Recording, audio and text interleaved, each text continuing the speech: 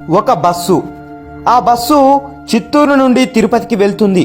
అందులో చాలా మంది ప్రయాణికులు ఎక్కారు. ఆ బస్సు బయలుదేరుతుంది. కండక్టర్ టికెట్లు తీసుకుంటున్నాడు. అందరినీ టికెట్ ఇవ్వాలని కోరుతూ ముందుకొస్తున్నాడు. అలా సగం మంది టికెట్లు తీసుకోగా ఒక ఆయన దగ్గరికి వచ్చాడు.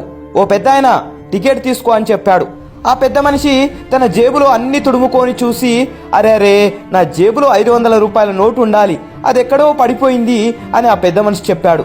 కండక్టర్, లేదు, నువ్వు ఖచ్చితంగా టికెట్ తీసుకోవాలి, లేదంటే నిన్ను ఈ మధ్యలోనే బస్సులో నుంచి దింపివేయడం జరుగుతుంది అంటూ ఆ పెద్ద మనిషిని తిట్టసాగాడు కండక్టర్.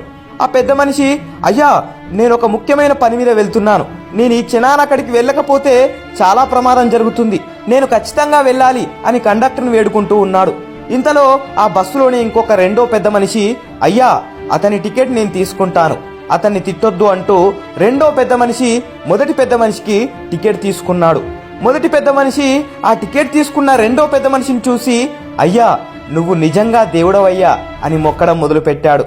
నాకు ఈ ప్రయాణం ఎంతో ముఖ్యం, అందరిలోనూ నువ్వు నాకు టికెట్ తీసుకున్నందుకు నువ్వు దేవుడవయ్యా అని తను బస్సు దిగి ఇంటికి పోయిన తర్వాత కూడా బస్సులో ఒక పెద్ద మనిషి నాకు టికెట్ తీసుకున్నాడంటూ ఇంకా మనసులో ప్రార్థిస్తూ ఉన్నాడు. ఇలా సాయం చేసినందుకు జీవితాంతం ఆ పెద్ద మనిషిని మరవకుండా కొలవడం ఈ పెద్ద మనిషి పనైపోయింది. అయితే తన దగ్గర ఉన్న 500 రూపాయలు ఎక్కడో పడిపోయాయి అనుకున్నాడు.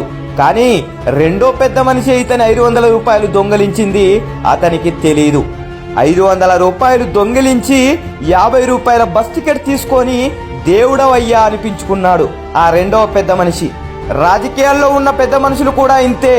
రాజకీయాల్లో ఉన్న పెద్ద మనుషులందరూ తమ సొంత కష్టార్జితం సంపాదించి తన ఇంట్లో నుంచి ఇస్తున్నట్టుగా పింఛన్ ఇస్తున్నాం, రేషన్ ఇస్తున్నాం, ఉచిత వైద్య ఇస్తున్నాం, ఉచిత విద్య ఇస్తున్నాం, ఉచిత కరెంట్ ఇస్తున్నాం, ఉచిత భూములు ఇస్తున్నాం, ఉచిత త్రాగునీరు ఇస్తున్నాం, ఉచిత ఇండ్లను ఇస్తున్నాం, మరెన్నో ఇంకా ఉచితం ఉచితం ఉచితం.